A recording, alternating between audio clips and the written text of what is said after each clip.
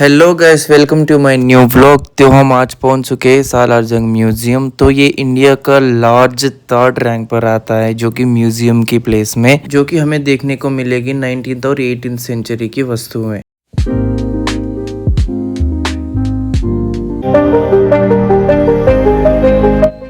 ये है म्यूज़ियम का एंट्री गेट। तो हमें यहाँ से आगे निकलना होगा, फिर वहाँ पे हमें लेफ़्ट साइड में आपको टिकट काउंटर मिलेगा, वहाँ से आप टिकट ले सकते हो।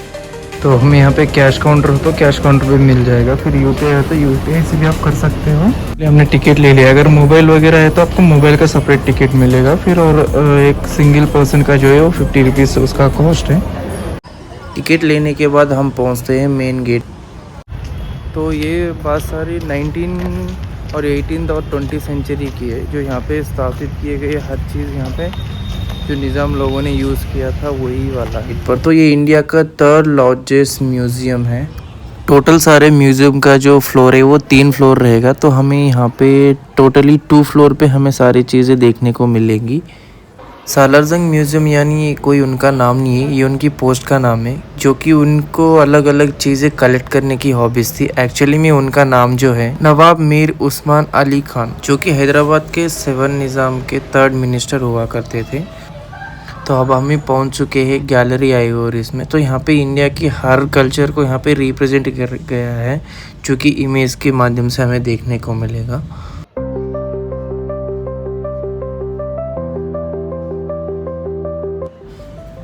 तो हम अभी फ़िलहाल पहुँच चुके हैं आर्म एंड आर्मरी सेक्शन, जो कि यहाँ पे 15 सेंचुरी से लेकर 19 सेंचुरी तक आर्म्स एंड आर्मर्स देखने को मिलेगी, जो कि हैदराबाद और इटालियन और मराठा साम्राज्य की जो भी आर्म्स एंड यूज़ किए गए हैं वो इस यहाँ पे हमें देखने को मिलेगा।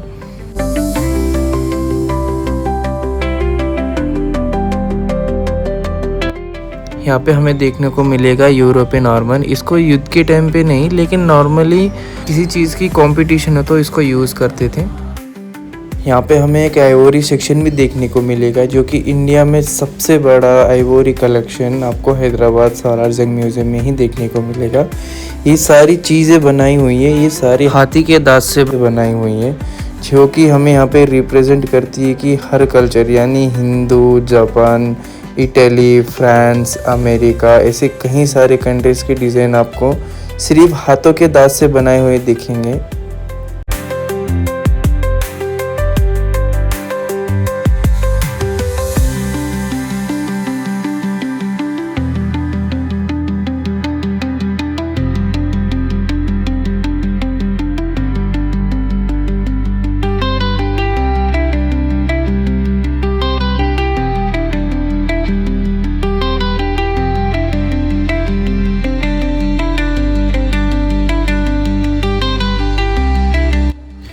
ये सारी जो है निज़ाम लोगों की रॉयल्टी ड्रेस कलेक्शन है। तो यहाँ पे हमें अलग अलग रॉयल्टी ड्रेस भी देखने को मिलेगी, जैसे कुर्ता पैजामा, सैरीज, जो नवाब लोग तब पहनते थे वो वाली अलग अलग यहाँ पे ड्रेसेस कोड हमें देखने को भी मिलेगा।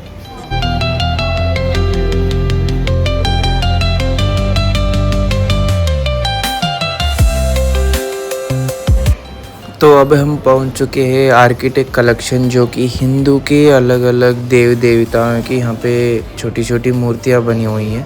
कुछ स्टोन से बनी हुई हैं, कुछ चंदन की लकड़ी से भी बनी हुई हैं। ऐसे हमें बहुत सारी डिज़ाइंस भी देखने को मिलेगी। यहाँ पे अलमारियाँ, तिजोरियाँ, यहाँ पे अलग अलग चीज़ें हमें यहाँ देखने को भी मिलेगी।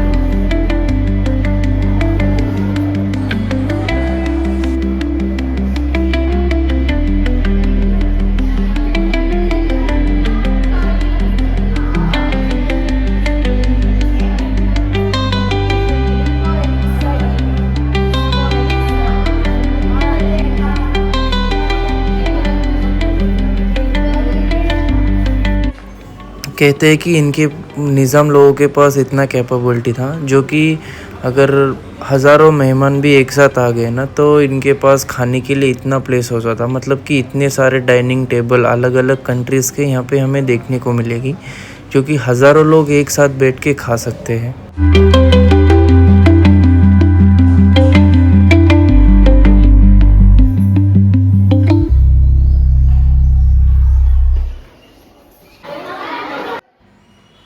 यहाँ पे हमें निज़ाम लोगों की, मतलब 18th और 19th सेंचुरी की कुछ वस्तुएं, फिंगर बॉल्स और ट्रेस वगैरह हमें यहाँ पे देखने को भी मिलेगा।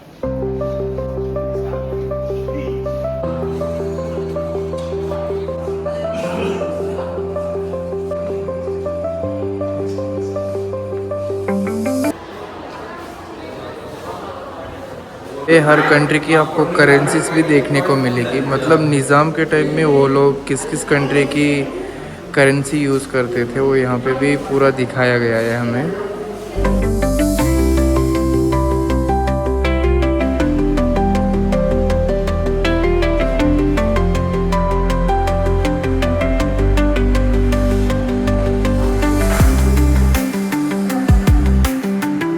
तो हम अभी पहुंच चुके हैं रूबी का स्टैचू। तो यहाँ पे एक स्टैचू है जो कि दुनिया में एक ना कॉपी की गई है ना होगी। तो इस स्टैचू का नाम ही है रूबी का स्टैचू, जो इसमें 3 चीज़ें खास करके हमें देखने को मिलेगी, जो कि बॉडी का स्ट्रक्चर, और यहाँ पे जो हमें क्लॉथ टाइप दिखाई दे रहा है वो कोई क्लॉथ नहीं है, वो स्टोन से ही बनाया हुआ है।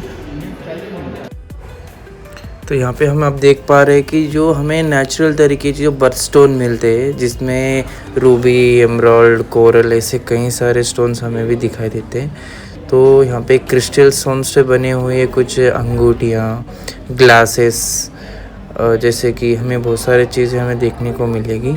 अभी हम ये जो देख पा रहे हैं ये क्रिस्टल स्टोन है, मतलब ये ग्लास की तरह ही दिखाई देता है, बट ये ग्लास नहीं है, ये क्रिस्टल स्टोन है, जो कि हमें यहाँ पे स्पून वगैरह और कुछ कप से हमें क्रिस्टल स्टोन से बनाए हुए दिखाई दे रहे हैं। ये वर्ल्ड फेमस म्यूजिकल क्लॉक है, जो कि वर्ल्ड में 2 ही पीस है, एक हैदराबाद सालारजंग म्यूजियम और एक इंग्लैंड में बसी हुई है।